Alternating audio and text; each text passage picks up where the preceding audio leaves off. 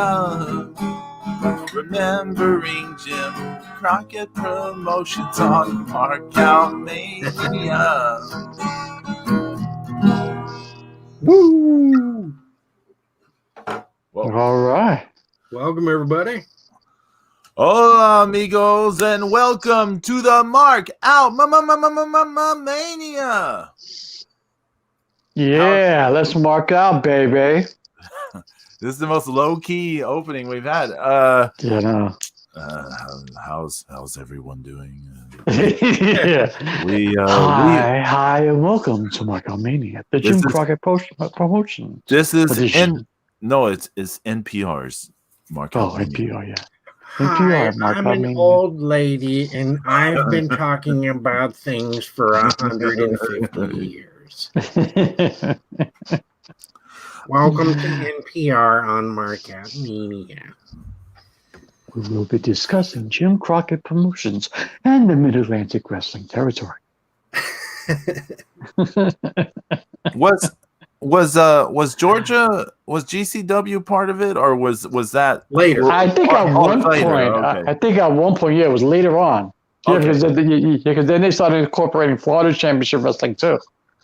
You know, right? Yeah, but like typically from the 50s through the mid, until the 80s, it was basically just the Carolinas and Virginia, and then a little bit of a little bit of Georgia, a little bit of Tennessee. Some of those. Well, the thing about Jim Crockett Promotions for me was because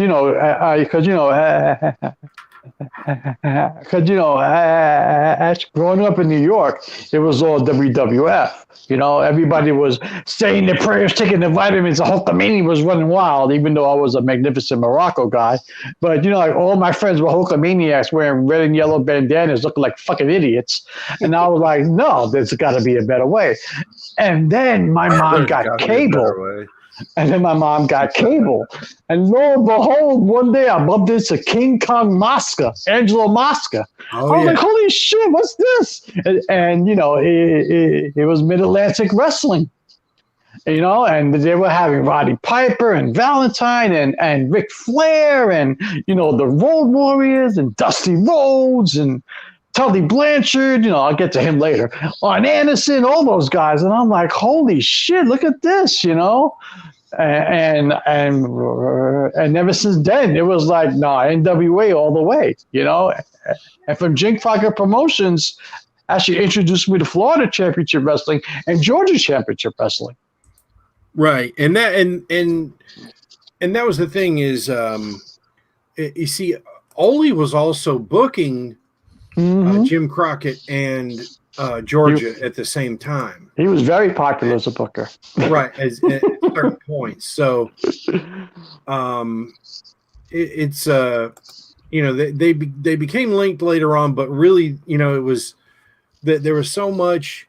It was really centered around North Carolina because the three main arenas in Charlotte.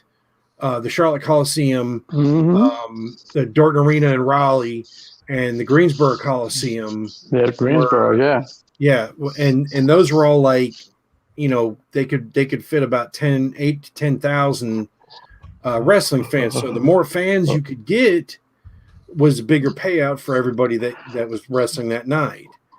And we actually used to call the Greensboro Coliseum the Madison Square Garden of the South. It was. And it was really thanks to pro wrestling,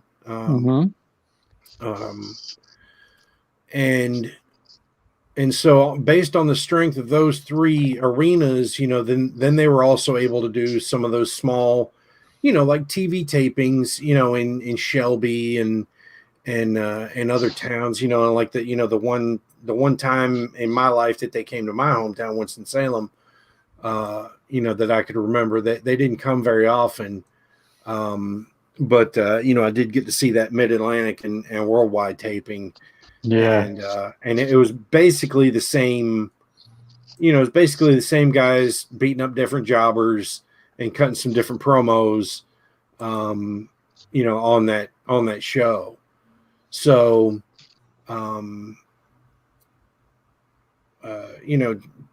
guys like Jimmy Valiant, was huge. Thunderbolt Patterson, Cowboy Ron Bass. Yeah, but now if you want to talk about like the '70s stuff, when I was, before I was even too young to remember it or even watch it, probably, but it was Johnny Valentine was the big champion, the big name, the big most hated heel in the Mid-Atlantic area, and it was him and Wahoo McDaniels who turned full-time pro wrestler from being a good defensive end for the New York Jets and other teams. Actually, he was the man in Mid-Atlantic wrestling too. Him, Killer Tim Brooks, right? All those guys, yeah. And Killer Tim Brooks did not age great. Past much past the later '80s, he was really heavy and slow and just kind of, he kind of got left behind. But I also like that Mid-Atlantic Championship belt. The original one, yes, yeah, I like that one. The last one that they did. Not so much, but it was kind of like 5 plaques on a belt. Yeah, it was different and unique, and it was easily recognized, and you had the the states that it represented. But I mean, not for nothing, but Jim Crockett Promotions introduced me to all these stars, and I was like, who are these people? And I just fell in love, especially when, I got tired of all my friends talk about, Hogan Mania and doing the ear cup thing, and, I just wanted to throw up. I was like, no, I saw Ric Flair in the Rose. It was a wrap, and Dusty Rhodes and his boots, and, hard times, baby, and, and just, it was awesome, man. It's awesome. Yeah, they it was just a magical time, like you were saying. Roddy Piper, yeah, and they did a lot of the tapings at the WRAL studios in Raleigh, North Carolina, and that's where Bob Caudle was the host. Bob Caudle, hold on, I'm looking at his signature right now. Bob Caudle, okay, that's right, and.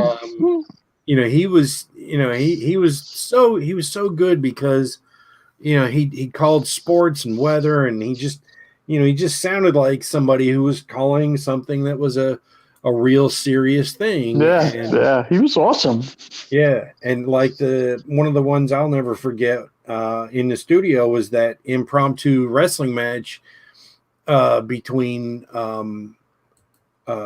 Flair and Roddy Piper.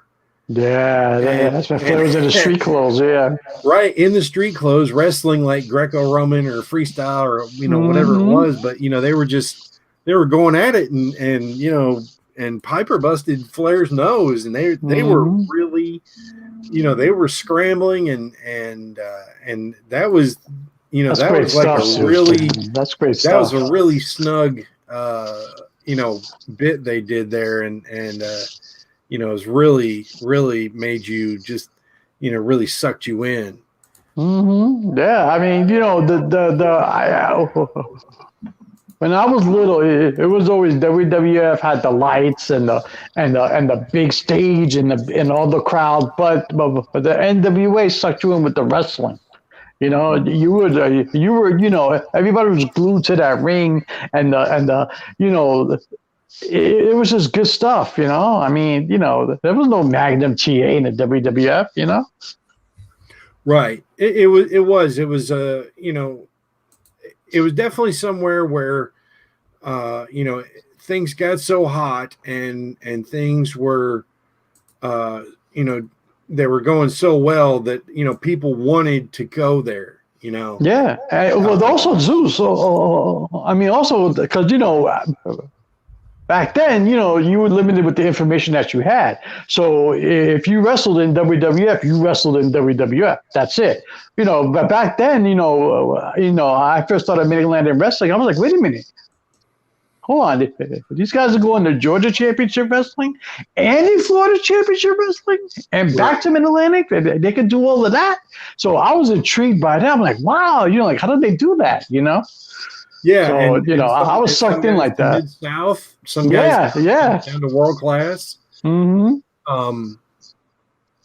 Pedro, you got any Mid-Atlantic memories you want to share so far? Oh, excuse me. Dealing with some net issues. Y'all continue. Okay. Okay. No problem. We can talk Jim Crockett all day. Right.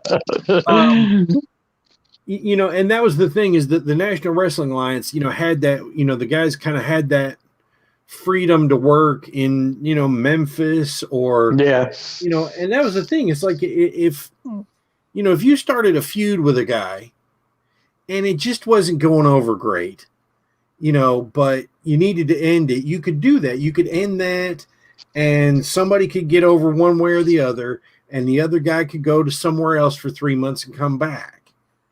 Because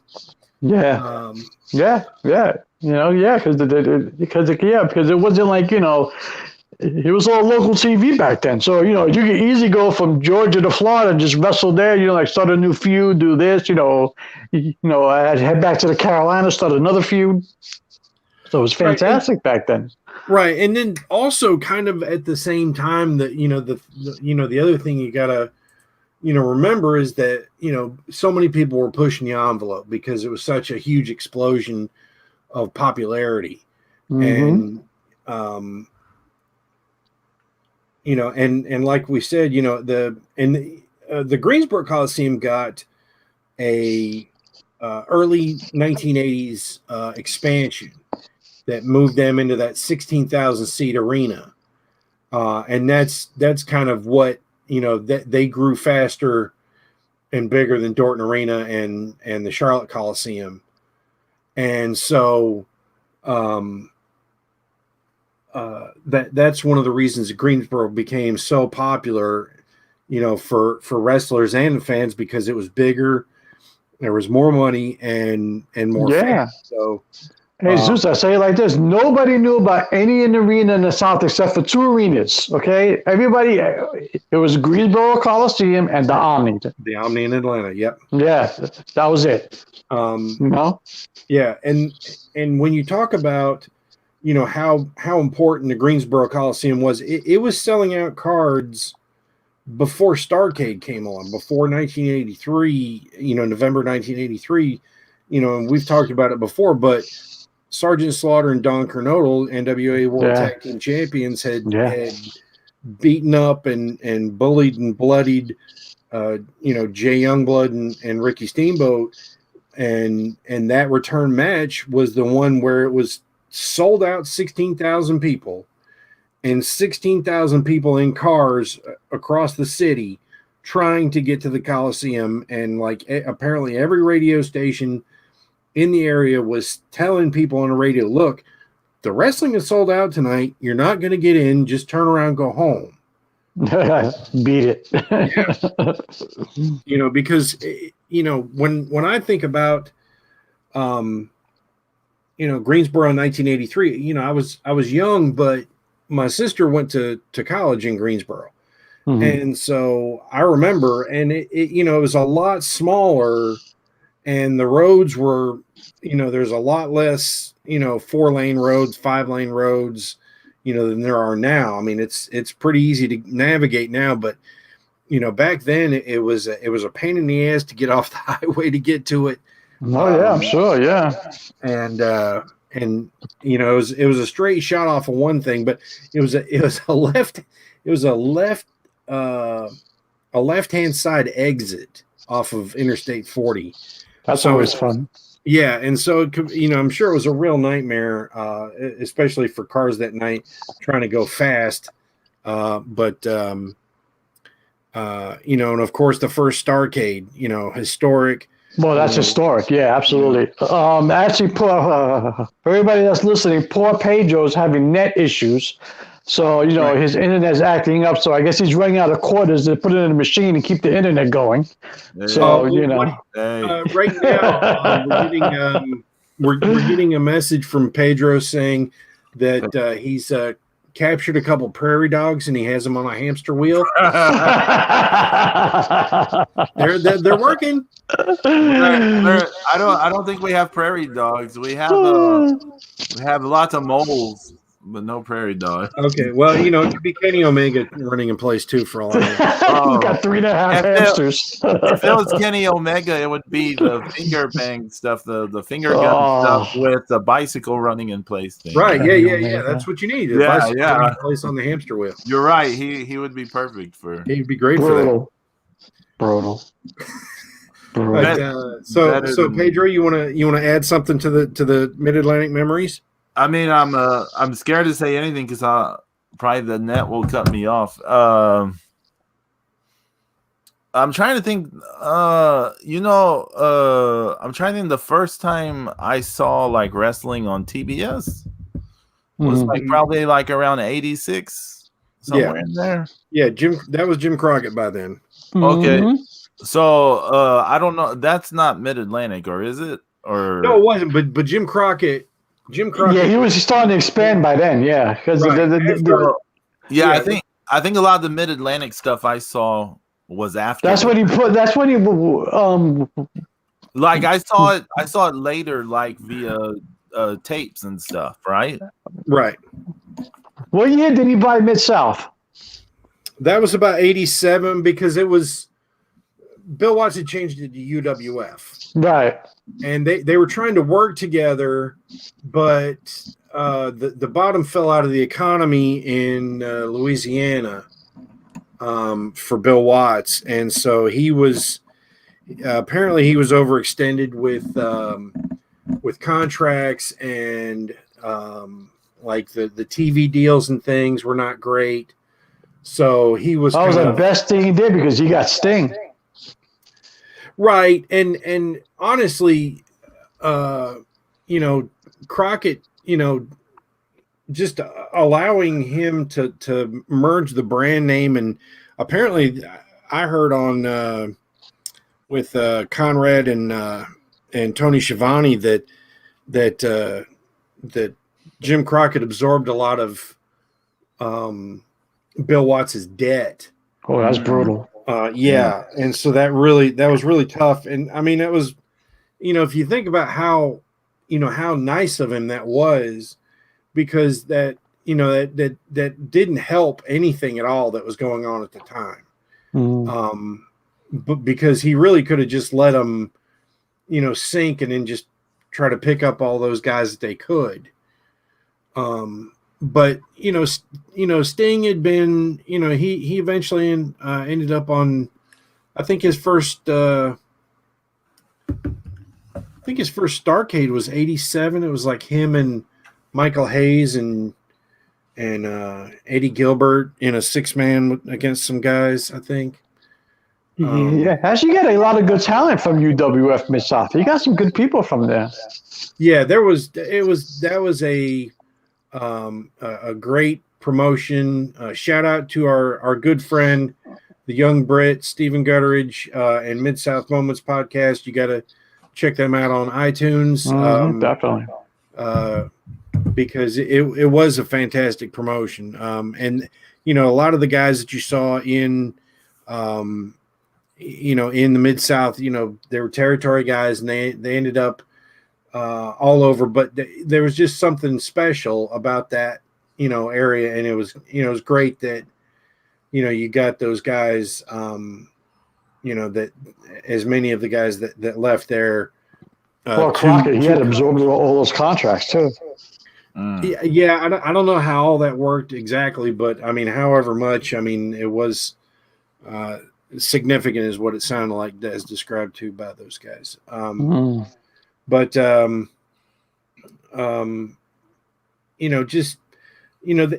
there were Mid-Atlantic guys who, were big there and big nowhere else. But then there were also guys like Dino Bravo was big in Mid-Atlantic. Yes, he was. That's right. And then he had that long run in WWF. Ken Patera was a huge name in Mid-Atlantic, and he went on to become even more famous in the WWF. So it's it's been a is a storied area, and there's so many great things that happen. They always treated Barry Windham really well. He got that. They always made a big deal out of guys like Steamboat and Windham,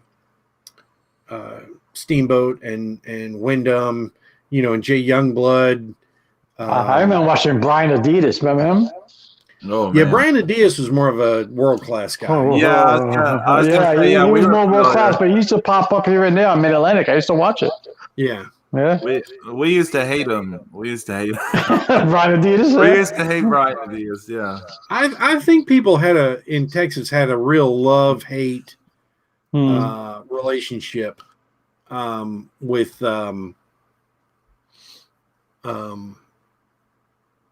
Brian Adias, but you brought up King Kong Mosca. His son was a wrestler for a little while, and one of the best like live TV matches that there ever was, shown on Mid Atlantic was Angela Mosca Jr. beating Ivan Koloff for the Mid Atlantic title, and it was such and it was like early 80s, like 82. Ivan Koloff was a big part of that Mid Atlantic too, because he was the heel back then. Yeah, he was one of the biggest. He left WWF and came to the Carolinas and really never left. Mm-hmm. And that match, like you couldn't hardly believe it when Angelo Mosca Jr. When he won. God, I remember him, Angelo Mosca Jr. Yeah. Blackjack Mulligan was huge. Mm-hmm. I remember him being on TV one time, and he brought his dog, which was a dachshund, and to the podium for his interview, and he was feeding the dog like Link sausages. I'm like, it's kind of messed up. You giving a wiener dog, sausages on TV of all things, but it was, that was the you never knew what was going to work and what wasn't. So, no, it was good stuff, man. I had Jim Crockett Promotions was it was big. It was good stuff. I think the only thing, I think the only thing that hurt him in the later days when he tried to expand past Dallas. Remember when he tried to do that? He was trying to expand past Dallas and the West Coast, and it just didn't work. Yeah, and that was the thing is that was a lot of expense, and there's people that that argue, that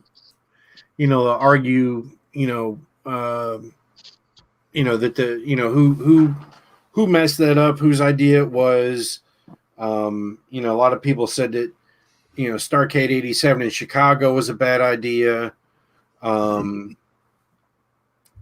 Especially when the Horsemen came away with all the gold and all the all the quote unquote local guys. Luger and the Warriors didn't. They were the challengers.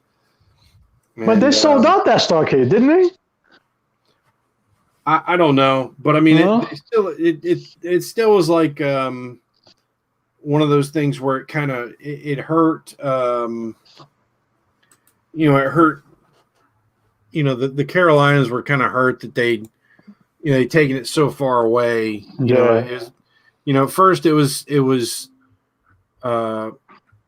Greensboro, then like 3 years later it was Greensboro and the Omni for a couple, for like 2 years, and then they took it to Chicago, which was. Yeah, we just got an update from Pedro, ladies and gentlemen. His internet is slowing down again. I guess he stopped feeding his gerbils who are running the wheel. So we'll definitely keep you posted.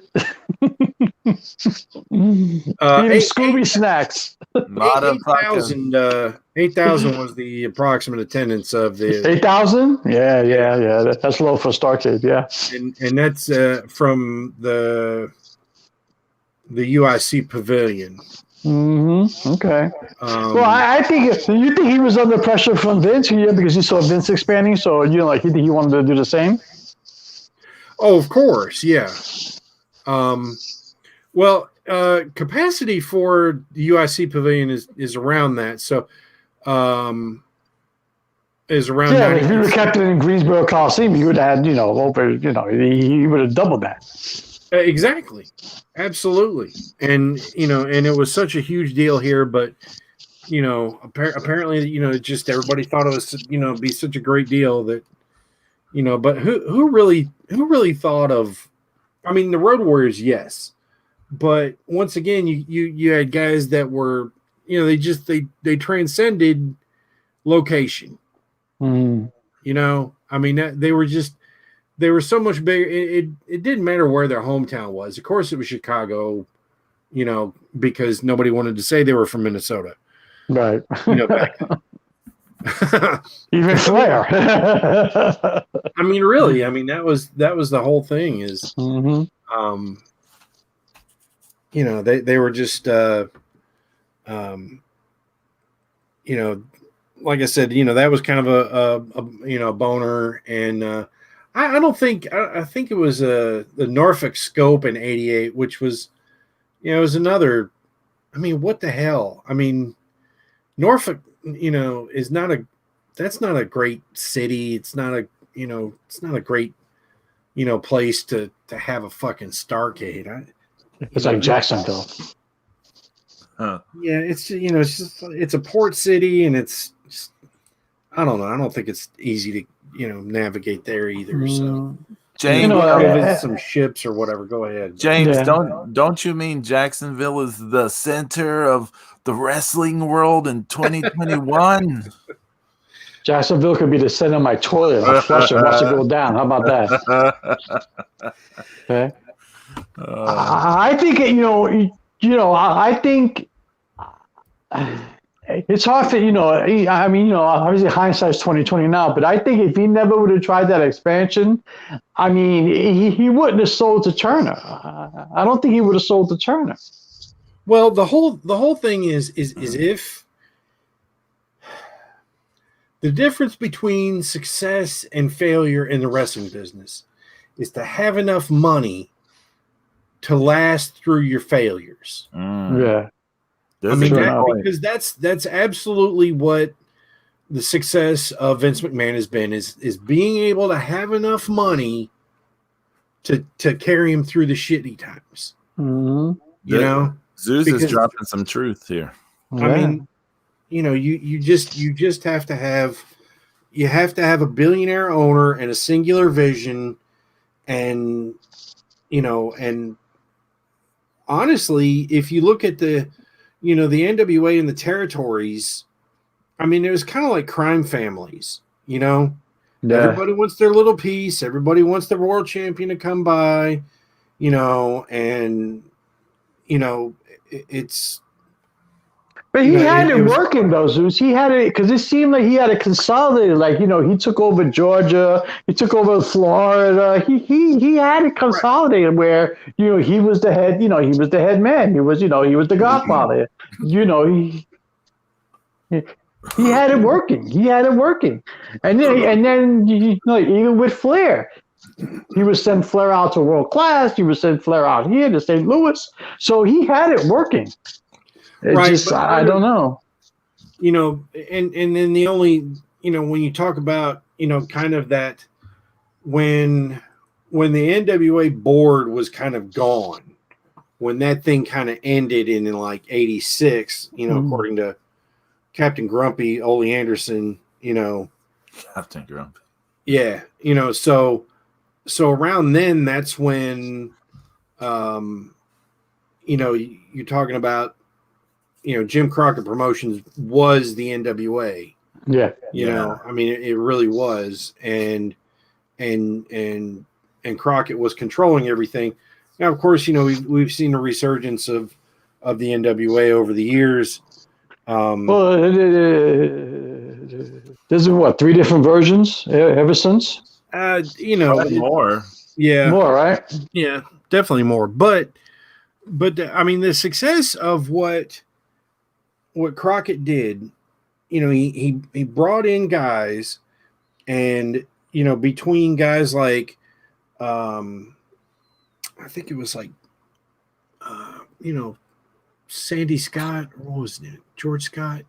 George Scott. Yeah, George Scott was a great booker. You know, Dusty. You know, Dusty was really important. I give Dusty a lot of shit, but you know, he was the one that had a lot of these ideas, like Starrcade and War Games, and you know, there was so much stuff that came along.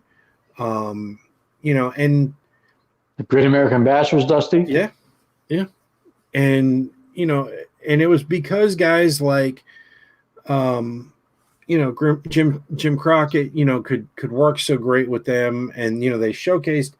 We know they showcased, you know, Magnum until the accident, and you know, he was definitely, you know, earmarked to become a world champion. I think he would have been if he did not been hurt. You know, I think that he could have been, you know, a 3-time NWA world champion, you know, kind of like Dusty as a transitional guy. Yeah. You know, he might have had a you know, I think he could have been big as Dusty. Yeah. I mean, he was extremely popular, and you know, and they loved Barry. They loved, you know, just the, you know, 88, 89 was just, you know, that was the end of it. But you know, they brought so much legitimacy, and you felt like you were watching, you know, a sports, you know, a sports product, not, you know, like in the words of Bill Watts, you know, a macabre cartoon. But you know, it's just you wasn't watching Johnny Gargano, Austin Theory in 4 segments in a therapist's office. Oh god, that thing. Oh, but I digress. Go ahead. Yeah, but I mean, you know, just to interject here to emphasize what you were saying. So as someone who was, I've said this before, I was way more into the WWF than I was the NWA as a kid. Yeah, the WWF was like cartoons, right? I mean, they're like larger than life cartoons. It you know, it had an appeal to me, you know, as a kid. And like the NWA was like sports. Yeah, it was more sports. Yeah, like it was more reality based. Think of like Flair versus Steamboat from '89. That felt like you're watching major sports, like a boxing match. It's like you're watching Hagler Hearns. You're not, you know. I remember when Flair fought Backlund. I lost my mind. Belt versus belt. What? You know? Yeah. You know, they didn't do that in WWF. You know? Yeah, and you know, some of that stuff was like on AWA cards. You know, sometimes they would have. Yeah, that was on an AWA thing, wasn't it? Yeah, because they also did it in St. Louis. NWA did it in St. Louis. Yeah. Didn't they do Flair versus Wyndham on some AWA show once? And also Race they did too. Yeah. I remember that. And they Harley Race and Backlund too. And when they both were world champions. Yeah, the Barry Windham Ric Flair match was the main event, and the just underneath them was Rick Martel versus Hansen. and Hansen. Yeah, yeah, it kind of ended in just a brawl, didn't it? They just kind of I think it was a DQ. like a baseball field, right? Yeah. And there was, you know, like I think there was, you know, several times. I think there was one time where it was I want to say Superstar Graham against Harley Race, maybe on one of those. Yeah, I think so. Yeah. You know, a champion versus champion. They did Race and Graham. They did Backlund and Race. They did Backlund and Flair. Yeah. But Jim Crockett Promotion. Well, you know what? He'll always be. I mean, because he's memorialized anyway. Because he's part of the Crockett Cup. So that right there, just it's a testament right there. Yeah, the Crockett Cup. Like we said, all these great pay-per-views, Starrcade, Great American Bash, even though, WWF or whatever, owns the rights to those names, those were ones that started down here. And, another, hey, my all-time favorite, wrestler, was created in Jim Crockett Promotions, and, the spoiler left, and the Mass Superstar George Scott and Bill 80 came up with the Mass Superstar. I remember when the spoiler went to WWF and he had the national championship. I was like, how the hell are they doing this? Yeah, that was early 80s. That was still, before they, gotten, full cartoon. And that was toward the end of the spoiler's career. Yeah, he was already, done. But that he was another guy. He was a big deal for from the late 70s or the late 60s, I think, through the early 80s. I mean, he was very well respected guy, and of course the part of the original Legion of Doom with And it was part of that, the ability of guys to work in, Raleigh, Greensboro, Charlotte, and then they could drive 4 hours to Atlanta. That was you talk about a huge deal between, being able to work those two territories. Yeah.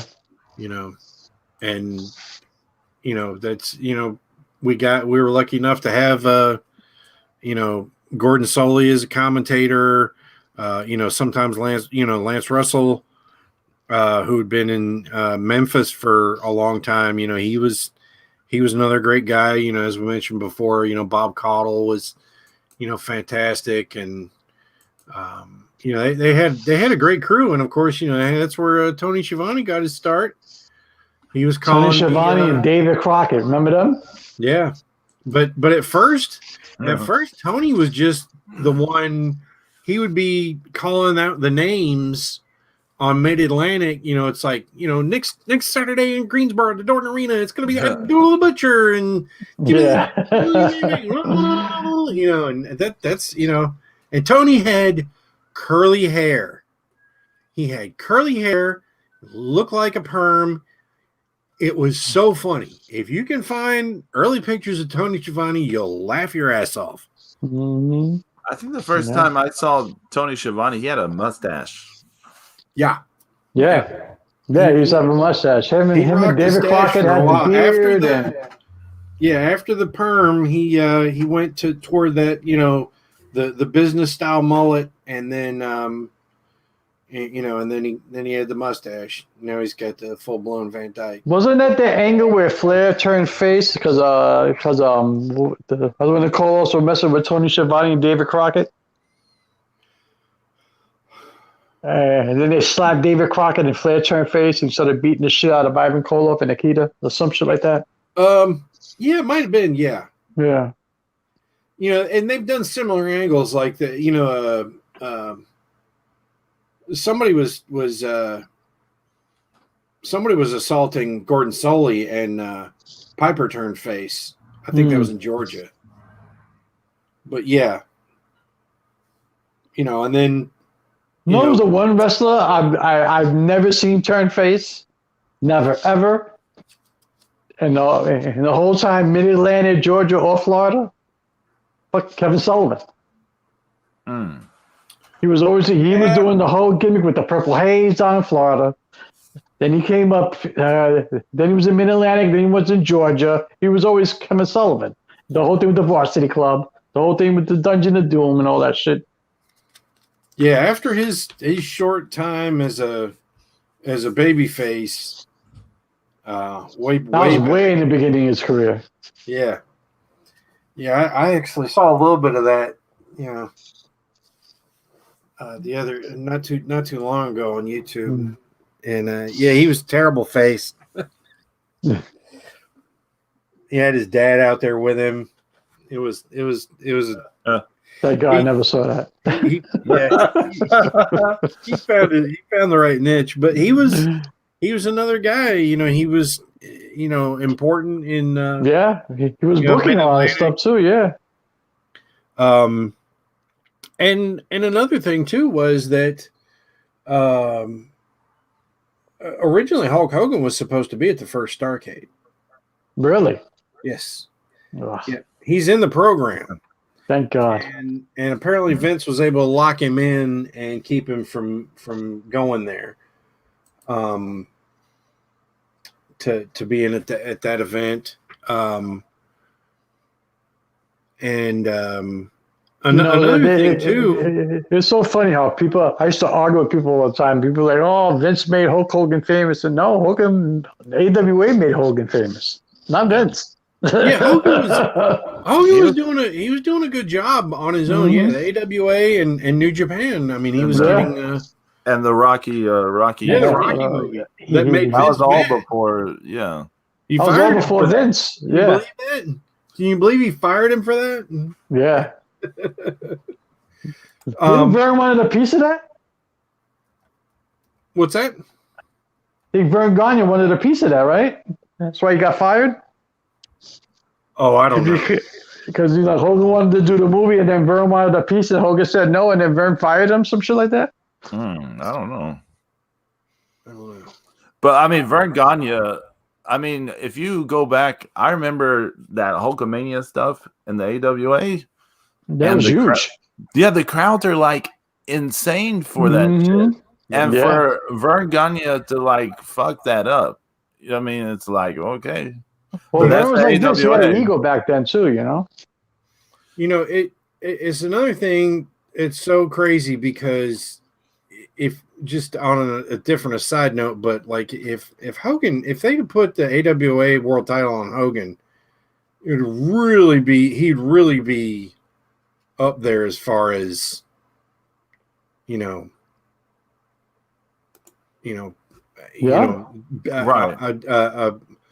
A trifecta of greatness that that few have ever, and no one else has ever done. Yeah, they did that Phantom title change to him. Yeah, but they did that. It didn't count. Yeah, I know. Yeah, it didn't count. Yeah, he pinned Bockwinkel, and Bockwinkel. Yeah, it was all bullshit. I remember when Hogan was feuding with Jerry Lawler in Memphis. He was called Sterling Golden or some shit like that. I was like, oh, come on. But another thing too is the Starrcade wasn't just a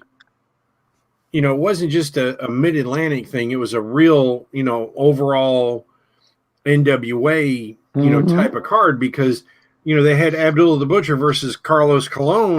That's right. Yes, that's right. Because the WWC, the Puerto Rico territory, was still a huge part of the NWA.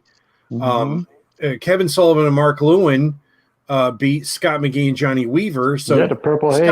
Scott McGee and Johnny Weaver were huge in the 60s and 70s in Mid-Atlantic, and then you got these two guys from Florida. Bob Orton Jr. and Dick Slater beat Mark Youngblood and Wahoo McDaniel. That's a real, traditional Mid-Atlantic match. Bad Charlie Brown beat Great Kabuki. Great Kabuki. Yeah, for the title versus mask for the NWA TV title. And of course, Roddy Piper defeated Greg Valentine in that dog collar match. Yeah. And that, sadly, that was right before both of them left. Yeah. And then they both go to WWF right after? Yeah. Not long after. Because Valentine was still the champion, the U.S. champion. Right. You're right. Yeah, you're right. And then, Steamboat and Youngblood beat the Briscoes in the cage for the NWA World Tag Team title. Angelo Mosca was the special referee for that one. Special referee, that's right. Yeah. Good memory, yeah. Yeah, and then Hey, I'm cheating. I'm looking. Hey Oh, Zeus, okay. hey Zeus, you said something about a Mosca versus someone match that was really good, but my internet was cutting out. What was the match? Angelo Mosca Jr. Angelo Mosca Jr. against Ivan Koloff. I believe it was for the NWA. The NWA Mid Atlantic title, and it was one of those ones where they kept coming back from the commercial, and it was like a 15. Yeah, it's like a 15-minute match, and Mosca Jr. won it, and it was such a great moment. It was one of those ones where the I think the locker room emptied out and everybody was congratulating, because it's this kid who's like, probably a year, in his first year, and fucking Ivan Koloff putting him over in like 82 or 83, something like that. Yeah. Okay. Angelo Mosca was scary, man. He used to scare me. Yeah, he was tough. I liked him a lot. King Kong Mosca, he was awesome. Yeah, I never seen that, so I'm gonna have to see that. Yeah, he was the first person I ever saw on Mid Atlantic TV was King Kong Mosca, Angelo Mosca. I said, "Holy shit!" Like, look at this guy. He's beating the shit out of some jobber. I was like, oh. He was also called the Mighty Hercules in some places. Mighty Hercules, yes, very good, Zeus. I'm cheating again. I'm looking for okay. Yeah. Yeah, I don't think his son has a his son never wrestled anywhere outside Mid Atlantic, did he? I don't think so. I think he retired shortly after. Yeah, well, he's getting his ass kicked a lot too. Yeah, brief but successful wrestling career. Yeah, Mosca Jr. was he won the Grey Cup in the CFL. He was a CFL All-Star 5 times. All-Star twice, East All-Star 5 times. So he had a good football career. 58 to 72. Jim Crockett Promotions, JCP. Yeah. And that was the thing is you could just take guys like that, and you build stuff around them, and people are are serious, and people whoop ass and show emotion, and that's that's the easy way, and as I've said many times, there's a good chunk of the fans from NWA wrestling that were women over the age of 55 and probably 60. Little old ladies bringing their purses, just totally bought into 100%, into the show, into the matches. And yeah, man, you couldn't break kayfabe back then. Hell no. But that little old lady hit you with a purse. Right. They'd take a swing at you. Like that old lady took a swing at Hogan that one time. Ivan Koloff, you commie bastard. Blap. Yeah, and that was another thing too, is he wasn't all that tall, but I mean he always looked huge. Yeah. And you saw, when you saw Ivan Koloff, you knew it was serious, because he was he was the top of the line guy. I mean, he was. He was. Was he the number one heel at one time Mid Atlantic? He was, right? Oh yeah. I mean, he was number one heel in the world when he beat Bruno. Oh well, yeah. Yeah. Oh yeah. He's getting death traps back then. He ended the 8-year run. But yeah, I mean, he like a lot of people, he came to the Carolinas and, fell in love with it, and like, well, this is where I'm staying, Yeah.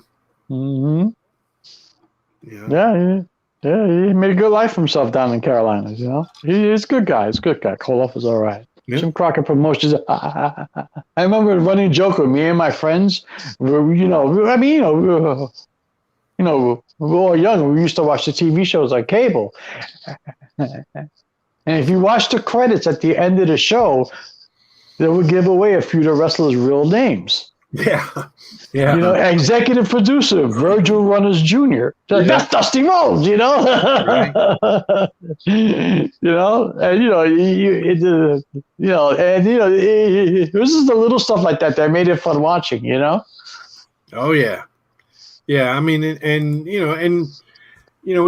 can't forget the other Crockett's. You know, David Crockett was such a great shell for the good guys. I mean, if you weren't I liked him as an announcer. I thought he was the perfect babyface announcer. Right. And that was, I mean, but if you didn't like the baby face. Yeah, I know. Oh, look at Dusty. Go get him. You go get him. Yeah. Go get him, Dusty. Get him, Big Dusty. Yeah. That's not right. That's not right. But wait, here comes Dusty. He loved Dusty. Journalistic impartiality was not David Crockett's strong point. No.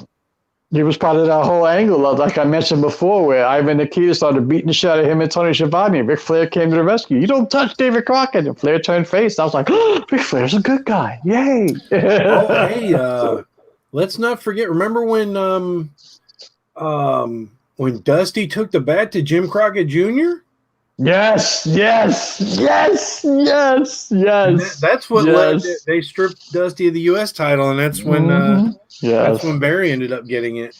I remember that. I was huge back then. People were like, what the fuck? Yeah. Like, not only, I mean, he was, the president of the NWA and everything. Is like, he was like, why is David having all the fun? Fuck that. I want to get in that angle too. Dusty won't beat the hell out of me with a baseball bat, will he? Bat, yeah, he did. But yeah, I mean, being able to absorb those guys from the UWF, like Sting, and Rick Steiner, Dr. Death, Steve Williams, all those guys. Yeah, but I mean, think about how pivotal just those two became. Yeah. I mean, they were so important. And I mean, you talk about, you brought in Rick, and then when Scotty, was ready, they brought in Scotty, and he was just, he just electrified people. I mean, he was of all the shit I give Scott Steiner, the first time I ever saw him do a Frankenstein, I lost my shit. Yeah. And I saw it on, Jim Crockett Promotions television. I was like, "What the hell is that?" Because there was no, I was just beginning tape trading, so I wasn't still, I wasn't watching the Mexicans or the Luchadors or AAA or CML, EML back in the day, So I didn't see none of that. And then here comes, and then here comes Scott Steiner doing a Frankenstein. I was like, "What? What is this?" Yeah, I think he might have done that at a Clash of Champions. But sounds like it. Yeah, I think so. Yeah, I think they might have hit it on the Freebirds to win the titles. Yeah, because then after I started tape trading, I was like, "Oh, that's where Steiner got it from." I was like, "Look at this guy; he's doing it." But everybody's doing a Frankensteiner. I think Scotty is the one that got credit for doing the first 450. Really? Yeah, like 1980. Scott Steiner did a 450. Holy shit! I've never seen this. Yeah, neither have I. And the guy he did it on was not right underneath him. Like he was a good 6-7 feet away from the corner. I've seen the footage on Twitter. Back when he was wearing the trunks. I think he was in CWF. I'm not sure where he started. But yeah, how did it look?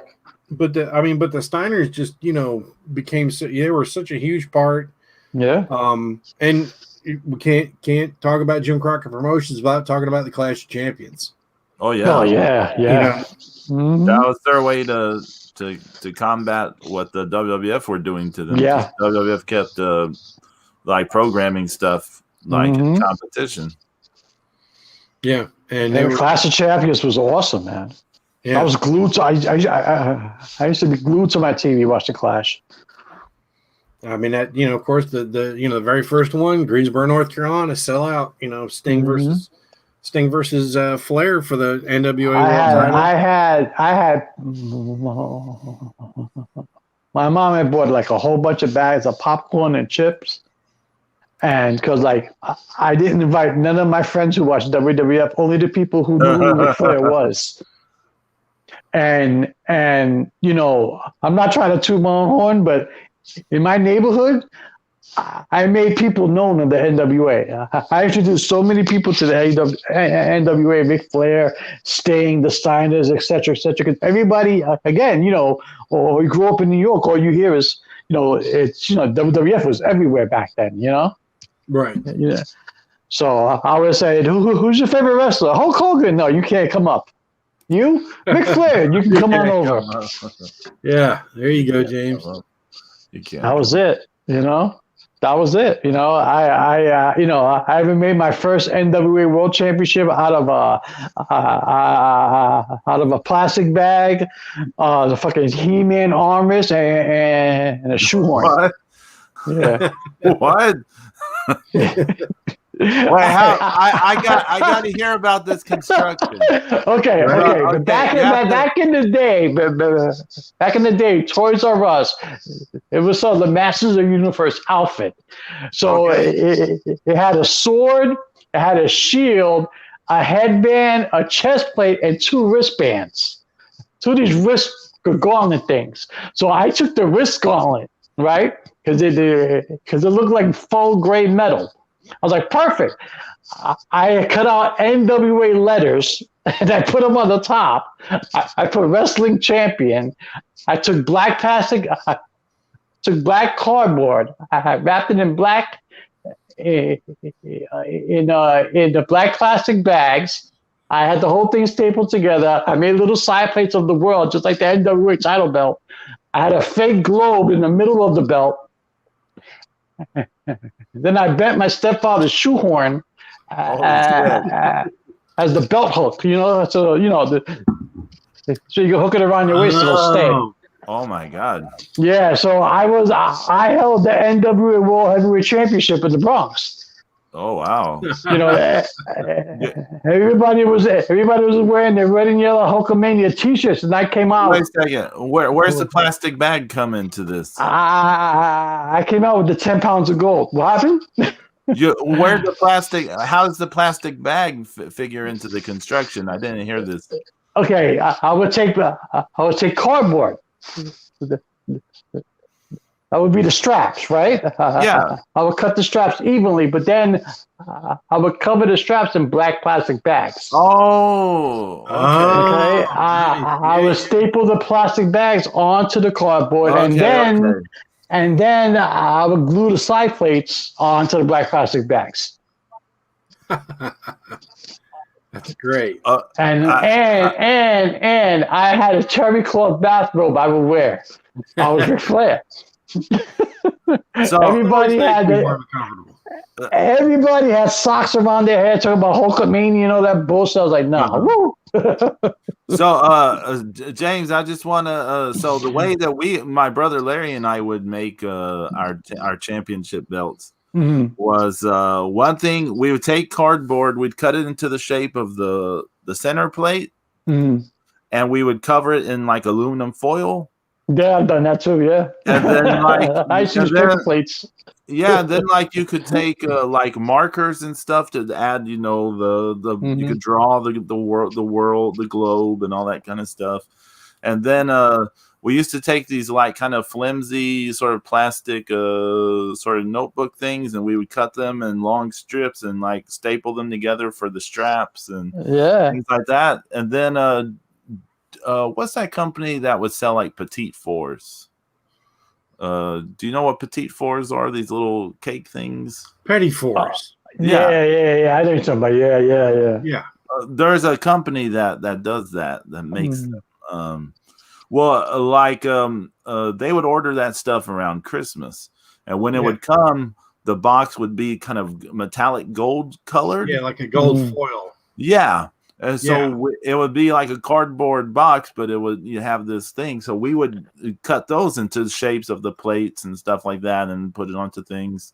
And then like when I recreated the Texas belt, because y'all have heard how much I love the Texas belt from World Class.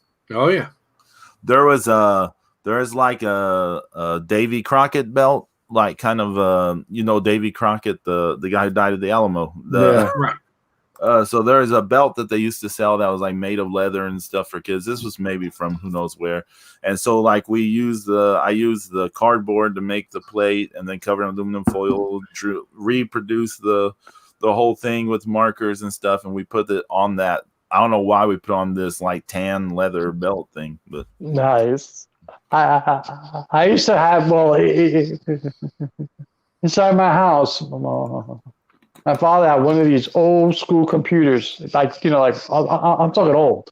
It was just fucking huge, and a printer. I mean, this printer looked like it was something out of the 50s. Okay, that shit was huge and made a lot of noise. So I used to type up in the program, NWA World Heavyweight Champion. But it was so old, the printer, it was so that old kind of printer that it took almost an hour to print out the words. I know. So, and then I would take the printer, I would rip the sheet off, I would cut the letters out, I would color the letters gold, and then I would glue them to the belt. Yeah.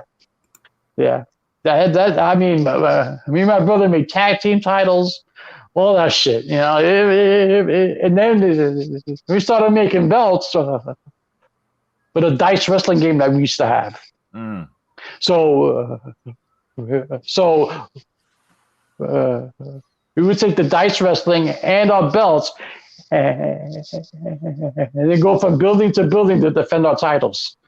Oh, wow. We lived in building 7, okay? So we would go to building 4, defend the World Tag Team Champions against the idiots who lived in building 4, and then we would go here, we would go there, yeah.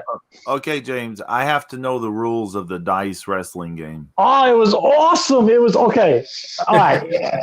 Okay, so every number on the dice had a corresponding move, okay? For example, if you rolled a 7, 7 was a figure 4 leg lock, and you would put your opponent in the figure 4 leg lock. That would be it. Each opponent starts off with like X amount of points. I would say 100 points.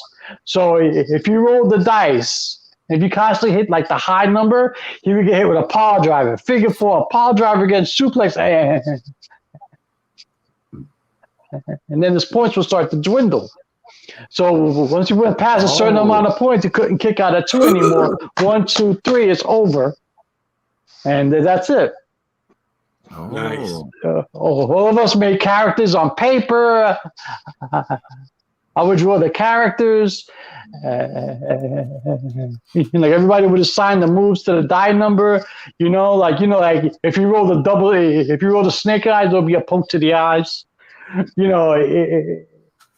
This sounds fun. Yeah.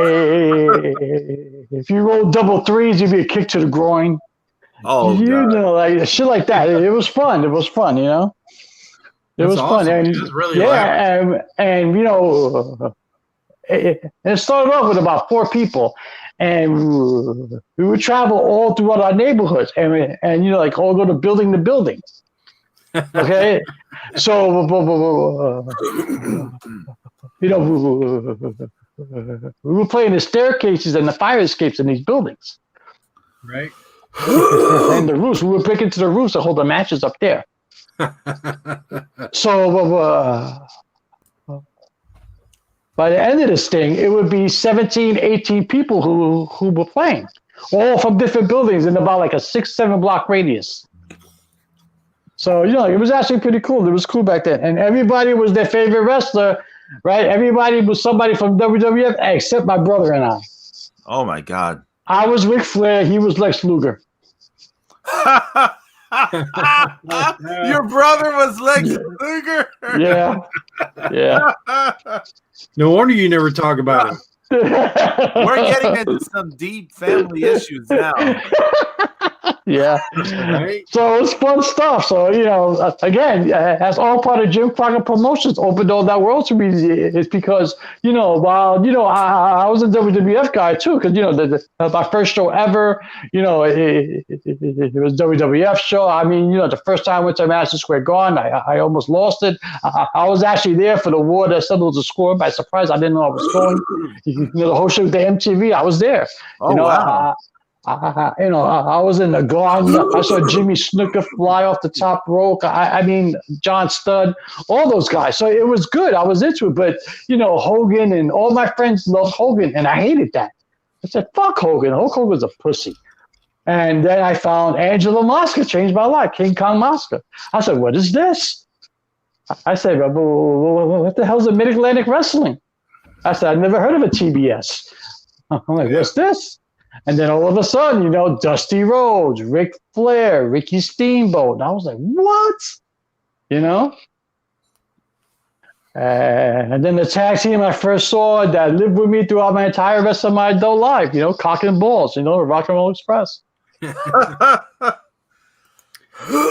they came in and they came into Mid-Atlantic after being I think I want to say it was maybe Mike Graham or somebody that said that they were watching fans go nuts for rock and roll in Mid-South, and they told Jim Crockett, they said, look, man, you need to get out here right now and bring your fucking checkbook and sign these guys. Yeah. Fans are going crazy for him. They were huge. There was no doubt about it. They were huge. They made an impact. They were must-see TV back then. As much as I hated them then, and I can't stand them now, even worse, But they were must-see TV. They came in and they their first match was for the World Tag Team titles, and they beat the Call-Offs. Yeah. And there were tag teams that were good back then too. The Fantastics and all those guys, but you had the Rock and Roll Express, and I was in awe. Like, look at these guys.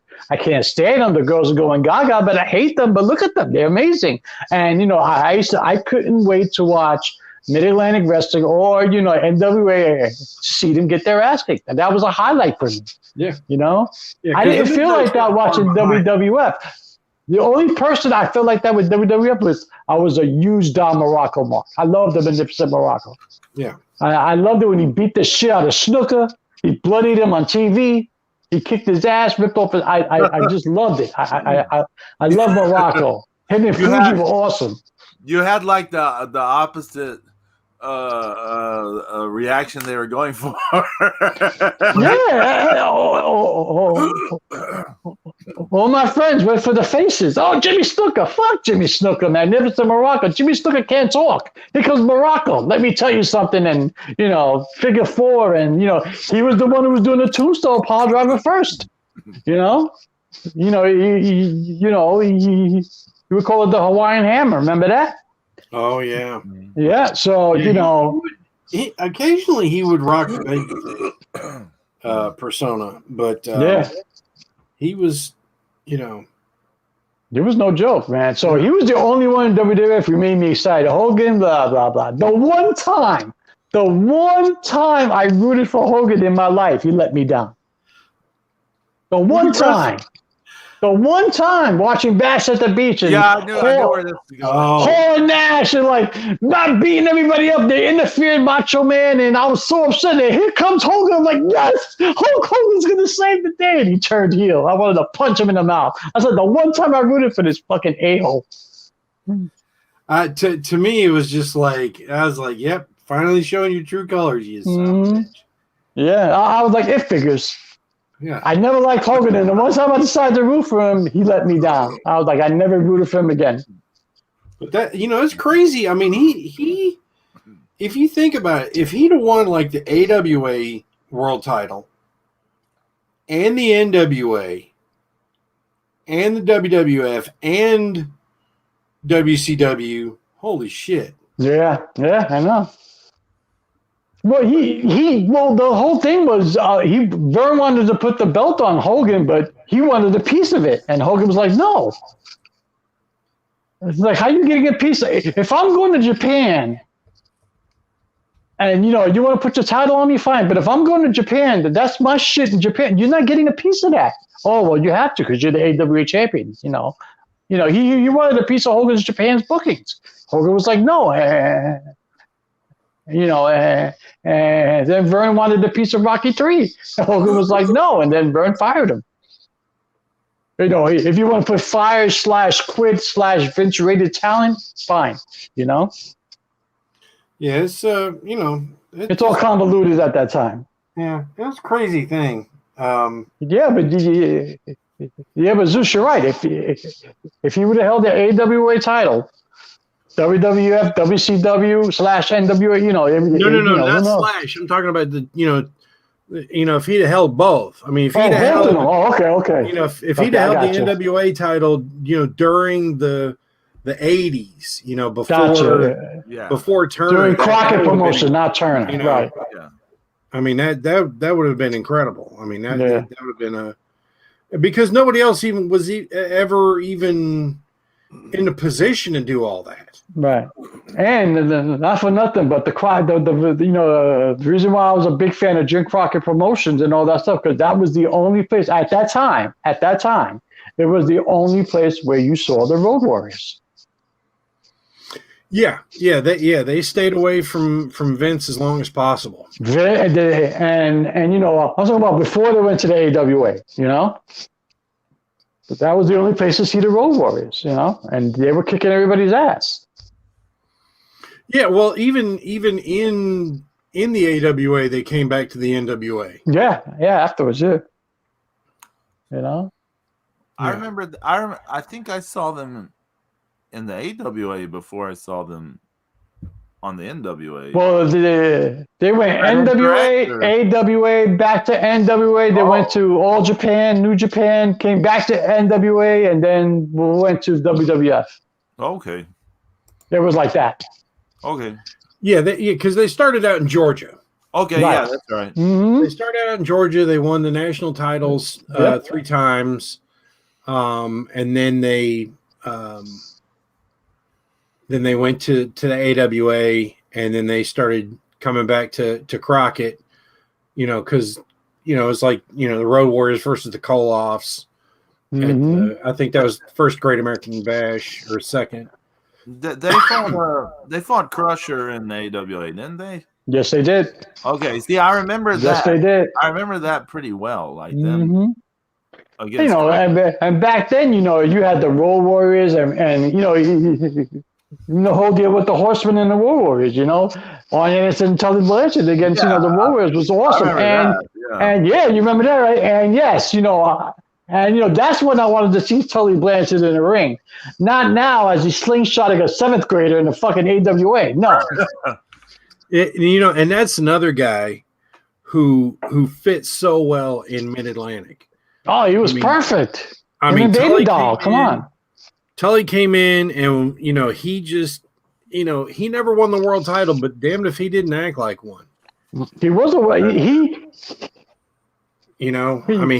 he really came in there and he took over, and he just laid guys out, and Tully was awesome. Yeah, he made that NWA TV title, the NWA World TV title. He was commentating. I mean, he really took over, and then they brought in Baby Doll, and he was, it's like he made people want to take what he had.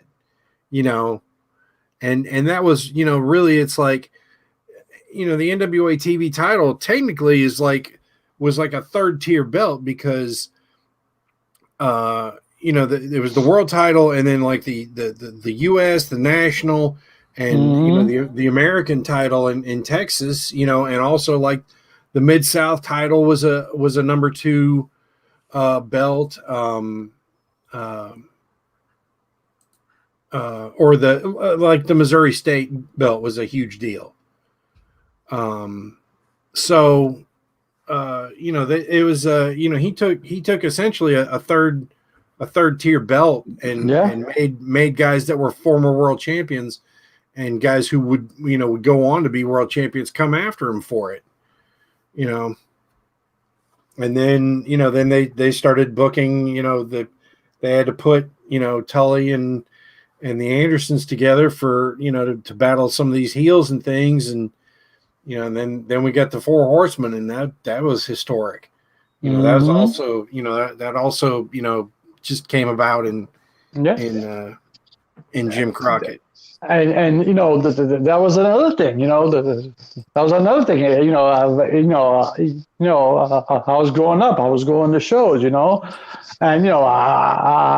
would go with my friends to Philly because the NWA wasn't coming up to New York back then.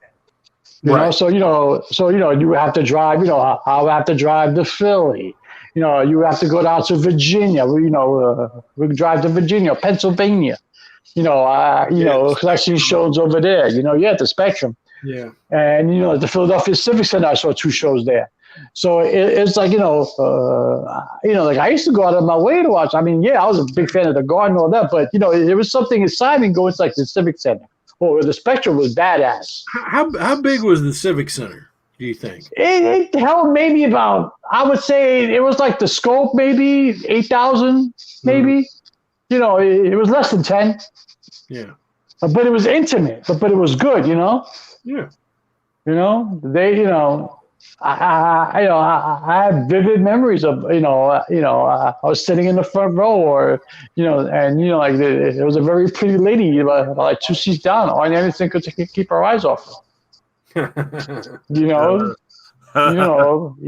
he's bouncing off the ropes and he's checking out the pretty lady in the first row. Uh-huh. I saw Lasertron wrestle 3 times in one night. That was amazing. And that's a treat. I mean, how many times can you say you saw one of the Guerreros wrestle that many times in one night? Yeah, I saw Flair and Piper and the Road Warriors, and it was great stuff. And I don't know. I was just intrigued by Jim Crockett. It's what Pedro alluded to. The WWE was more cartoonish, and this was more of a sport. Right. Well, see, here's the thing. When you talk about Jim Crockett Promotions, started by Jim Crockett Sr., and he was running pro wrestling and boxing in the Carolinas and Virginia, and some other sports too. I think some hockey and different things. But you had people who were in that started doing this in the 30s, right? And so you gotta so if you started doing something in the 30s, you were influenced by what happened in the 10s and the 20s. Yeah. So you're talking about really old time, really old school, the National Wrestling Association. So they're running events before the National Wrestling Alliance really came along in 1949. And then, after they made Luthez the champion and that started to become a huge deal. I believe Jim Crockett became affiliated with the NWA in the early 50s. So, okay. Look at that. Right. So learn something new every day. Right. And so you're talking about, all that rich history, kind of gets brought together into that. And, it's just a huge part of my childhood, Mid-Atlantic wrestling. Yeah. I can imagine. I mean, it was a huge part of my childhood. And I was in New York, so I can imagine, what it was like for you being in the Carolinas, Right. And that was the thing is there weren't a lot of wrestling fans my age, but the ones that were, or the ones that were, brave enough to talk about it, right?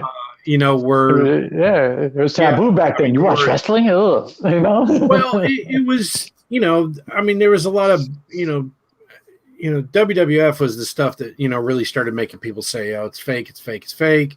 Yeah, and but it didn't even matter, you know. And like I said, slow motion VCRs didn't help, you know, in the 80s either. So no, right, but you know, it's you know, Paul Jones, you know, had a huge career in Mid Atlantic from the 60s. Yeah, all Paul the way Jones through was the a 80s. mad, yeah. You know, he's so good. And I mean, you talk about, I mean, he looked like in the 60s, he looked like a freaking movie star. I mean, he was a good looking, you know, dude back then. And you know, like we were saying, you know, Scott McGee, Sandy Scott, you know, Johnny Weaver was a huge name. Yeah. You know, they even had they had some women's wrestling quite a bit. You know, they would try to have, you know, one really, you know, good match on the show in Mid Atlantic back in the days.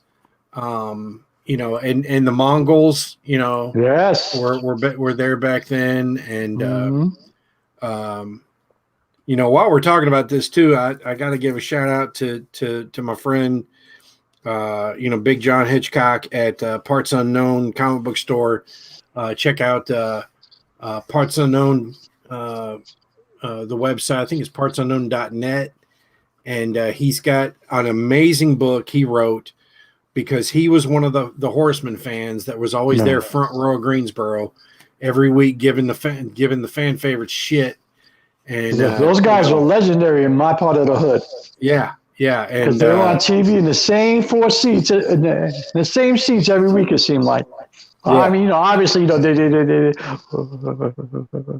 you know, nobody knew back then that, you know, 4 or 5 shows were taped in a row, so that's why they looked like they had the same seats all the time. You know.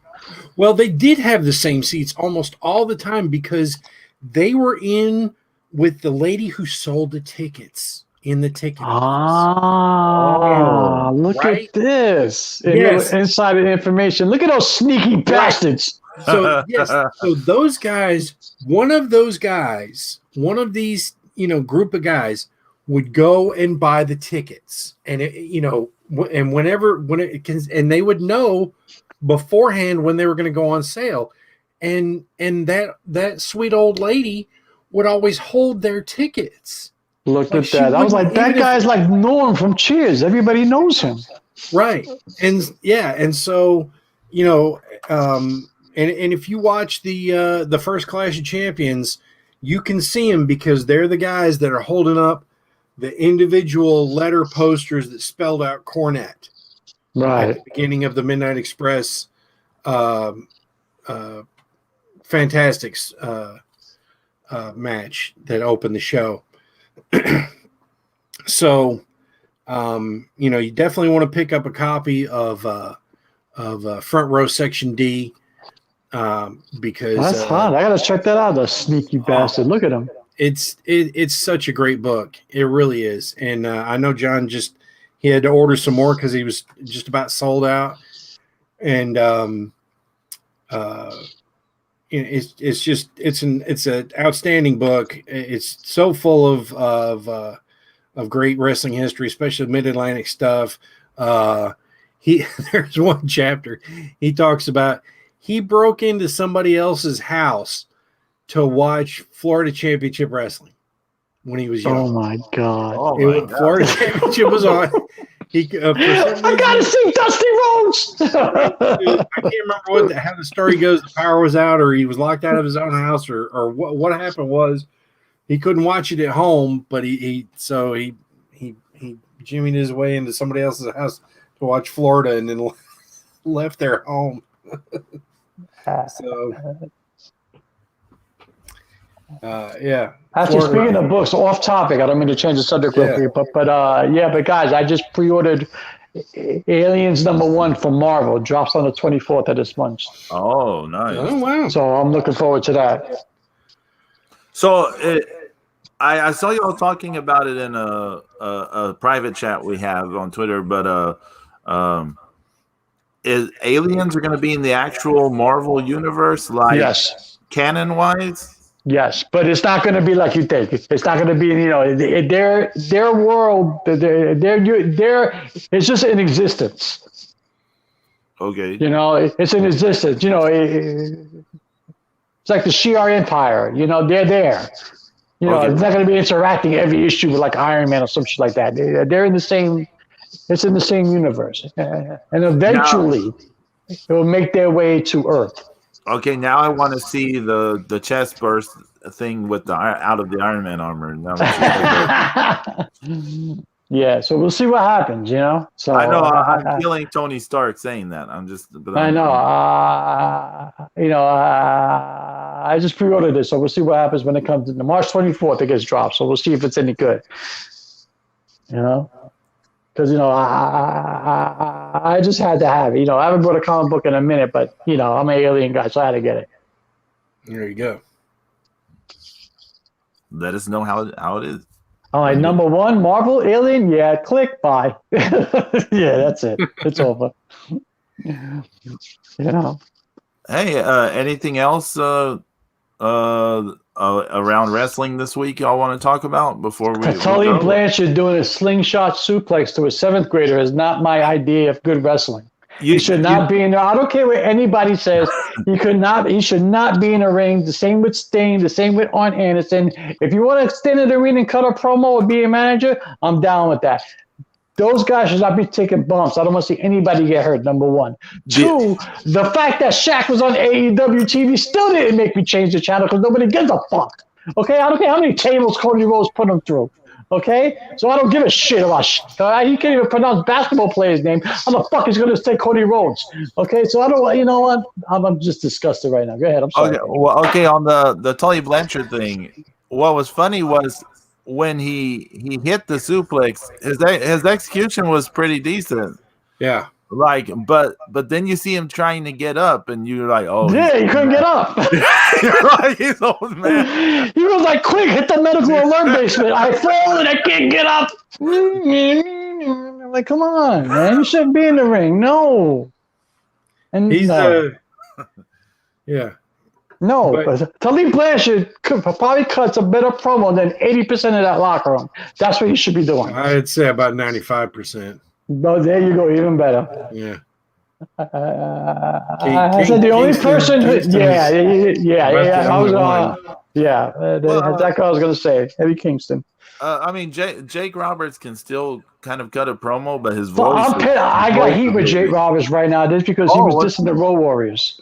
Oh, tell me. I didn't hear about this. I was reading that because they were saying back in the day how guys were, you know, the big guys were, you know, like they were transcending the industry like Dusty Rhodes, Ric Flair, the Road Warriors were brought up. You know, they transcended the injury. And here comes Jake Roberts says something to the fact that, well, I don't think beating the shit out of the guys on a daily basis is transcending the industry. You know, I mean, you know, anybody could have did that. I took offense to that. I was like, if anybody could have did that, then it would have been done. They did it, and they made it special.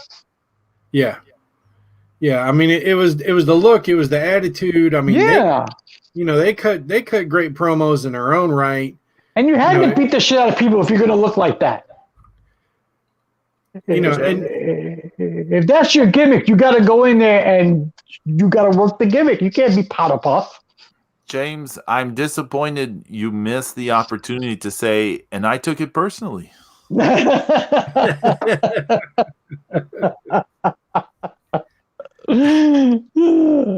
Jameism number 105. Yeah. You missed your Michael Jordan moment there. Yeah, I missed it. Oh, you know. But you know that New Japan, Desperado won the junior heavyweight title. Yep. He beat. And he's going to challenge for that. See, I told you, Zeus. Look, he wants it all. Yeah. And that really wasn't a bad match. I haven't seen any New Japan, man. I got to catch up. Yeah. I haven't seen the Castle Attack, either one. Nope. I haven't seen the anniversary show, and I'm dying to watch the Castle Attack because I want to see. They start New Japan Cup, even, haven't they? Yeah. So we're way behind. Wait a minute. Whoa. Hold on. They started New Japan Cup this morning? I think so, yeah. Holy shit! Where the fuck am I? We're behind, man. You and I are way behind. Way behind. I still wanted to see the Okada fucking evil match from fucking Castle Attack. Brutal. Yeah, it's been. I was catching up on some of Stardom this week, but I haven't caught up on New Japan yet. So I haven't even watched NXT UK. Oh yeah, we'll talk about that next week then. No. If I can talk, if the internet will. No. If you want to say it, go ahead, man. Allow me to talk. You know? No, look. Just as I say that, the internet cut me off. Right. That's what I was saying. If I Even the hamsters on the treadmill trying to power your internet said no NXT UK talk. Yeah. No, well, what I'm saying was, I said if I can't talk, if the internet will let me talk. That's why the hamsters will let you talk. Oh my goodness. The hamsters were like, no, I'm not powering this for NXT UK.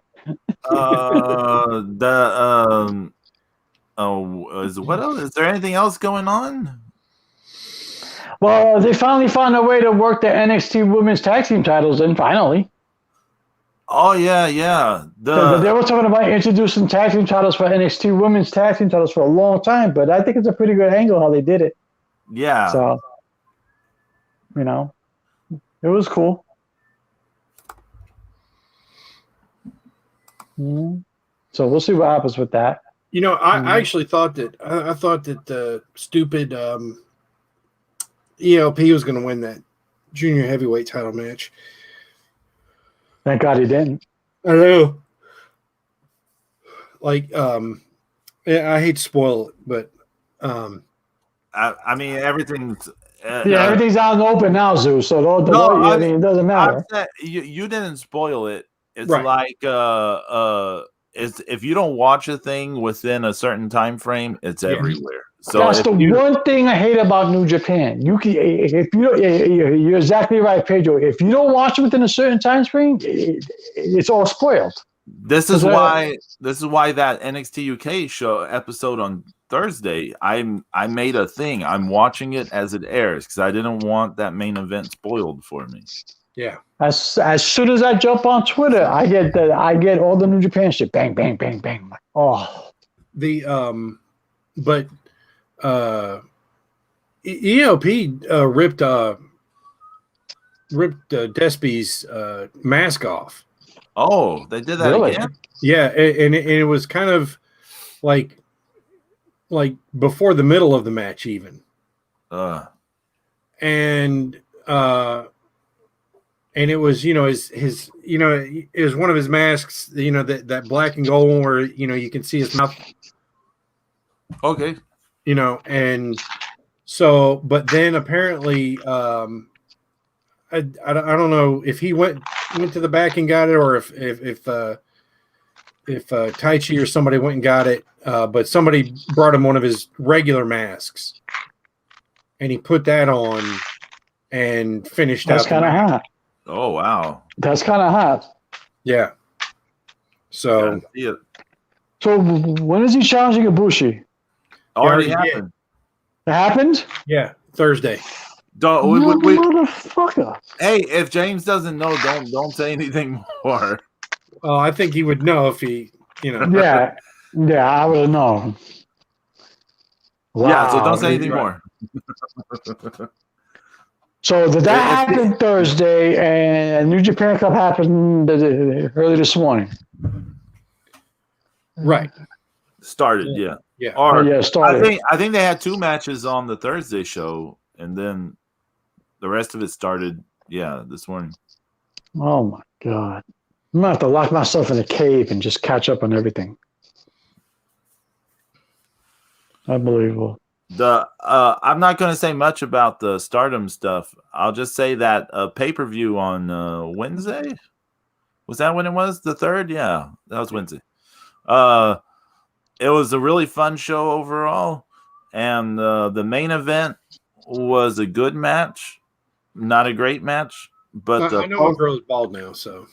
Oh, okay. So you know what happened? I mean, I know she lost. Okay, well the match was good but not great, right? But the post match is phenomenal. The post match stuff is awesome. The post match stuff ends the show on such a feel good kind of thing, right? But the Mayu versus Yoshiko on that show is like totally worth watching because it's like one of those things where you're like, I'm seeing like the artistry of the performance of wrestling. So nice. Well, actually, speaking of, I don't want to give away spoilers to the Saturday morning main event, but I'll just say this. Fucking Mrs. Zero still passed out on my bed, so there you go. Damn. Zero was he was in the chat room. Well, no, he missed the show actually, but he was commenting on it afterwards, looking at cards this past Tuesday. Oh, okay. Because I was showing some random cards I found during the move, like going through, containers and this. I just found random trading cards through the years or whatever. And there is some Yu-Gi-Oh card that I apparently had that was still in some plastic thing. And I opened it on the deal and Bean was freaking out because he's like, no, don't open that. That's a collectible. Don't open it and all this stuff. And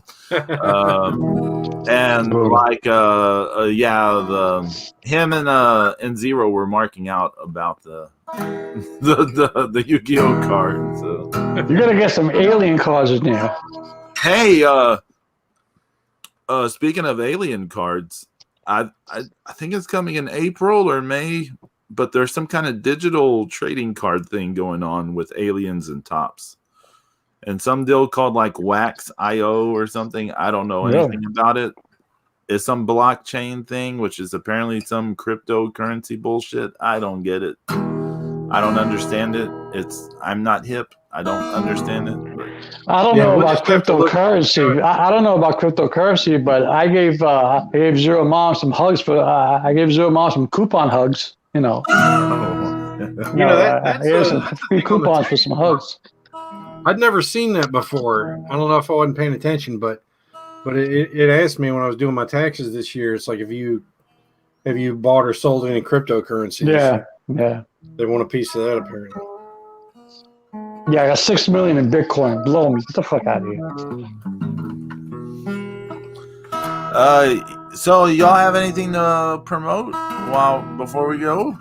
No. All I'm saying is getting closer to the 18th. Zack Snyder's Justice League. That's all I'm saying. Getting amped up. Hey, is it true that movie's gonna be like 242 minutes? 4 hours long, baby. Fuck that movie. What? 4 hours long. Fuck that movie. It's broken up into chapters. I couldn't hardly stay awake through the first one. Because it sucked. That's why. Right? Because the first one was a train wreck. It was a piece of shit. Josh Whedon just he fucked it up in plain English. This is Zack Snyder's original masterpiece. So hopefully it'll be good. Hopefully. See, I'm a fan of the darker tone DC stuff. I like Superman versus Batman: Dawn of Justice. Oh, I like the Ultimate Edition. I didn't think it was bad as people made it out to be. Was it perfect? Far from it. Did it have moments where you want to shoot somebody? Yes. But it's not as bad as that. I can think of a lot worse superhero movies. Dark Phoenix, shit like that. It was a pretty bad movie in my opinion. But, anything else? Tuesdays. There's the Crap Talk show is out for anyone curious. Bean and I, another crapper. Yeah, Bean and I got together. We shot the shit, and there's a hour long of us talking about. Talked about a lot of stuff, the grieving process a little bit, old cultural references, and a lot of wrestling talk. We talked a lot of wrestling talk. I'm still trying to figure out how to switch over to the Peacock network for my WWE because I don't want to miss WrestleMania. And it's supposed to be a 2-night NXT takeover. They're going during WrestleMania. They're going to let us know about it, James.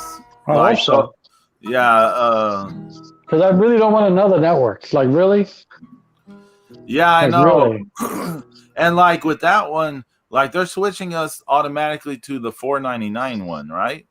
I think so. Yeah. Yeah, I but think so. I mean, but I'm gonna upgrade to the $9.99 because I fucking hate commercials. I hate commercials, and so I'll just pay what I was paying already for the WWE network, so I don't have to. It's worry just I about can barely. But see the thing with me, Pedro, I could barely watch the shit I have now. Though I mean, I got so much shit in my Netflix queue is ridiculous. Amazon Prime, I got like 15 movies lined up. Okay, Hulu, you can forget about it. I can't even tell you the last time I went into Hulu. Okay, I still got shit I want to watch on the WWE Network. You know, I mean, then I got my Vudu and Tubi and this, that, and the third, and Zero's mom takes up attention. So it's like ridiculous. You know, I couldn't even watch NXT UK. I didn't even watch New Japan. It's hard. It's hard. I'm telling you, brutal. It's hard to fit it all in. But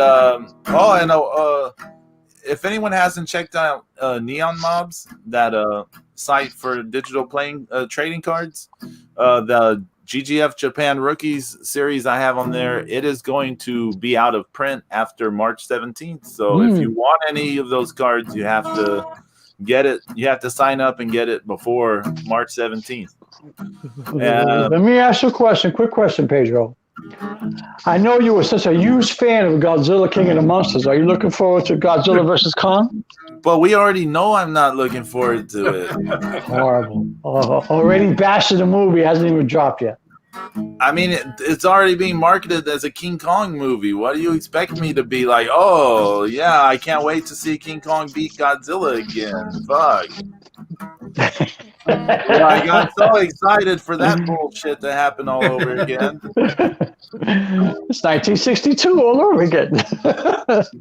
I mean, well, it's one of those things where it's like you've gone your whole life being like, King Kong should never beat Godzilla. This is bullshit. And then you're seeing, and you're like, oh, it's going to happen again? Fuck. I cannot do it. But I'm still trying to figure out how I'm going to watch it because I'm not going to the theaters. I'm not risking COVID to see it. No. So I got.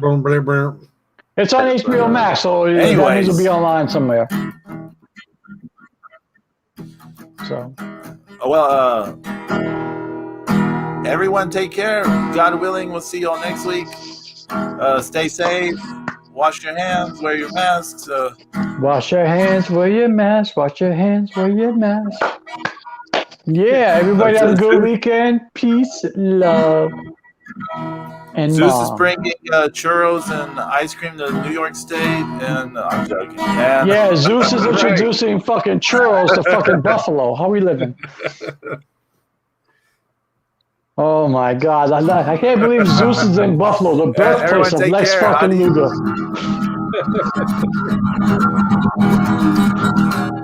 Lex Luger's your brother.